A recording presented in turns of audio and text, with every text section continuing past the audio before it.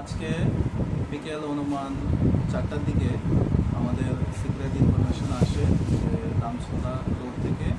একটা high speed auto যার নম্বর TR053712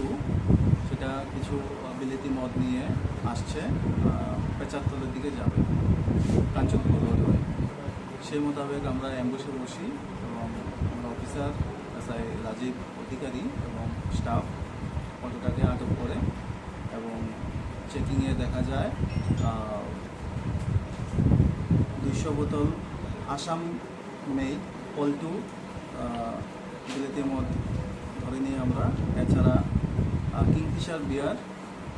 48 bottles এবং হুইস্কি আইকন 48 বোতলস এগুলো আমরা বাজেয়াপ্ত করি এবং সঙ্গে একটা হাই স্পিড অটো ছিল সেটাকে আমরা বাজেয়াপ্ত করি এবং অটো ড্রাইভার যে নাকি নিজেকে মালিক বলে পরিচয় দিয়েছে তাকে আমরা অ্যারেস্ট করেছি। স্যার ওর নাম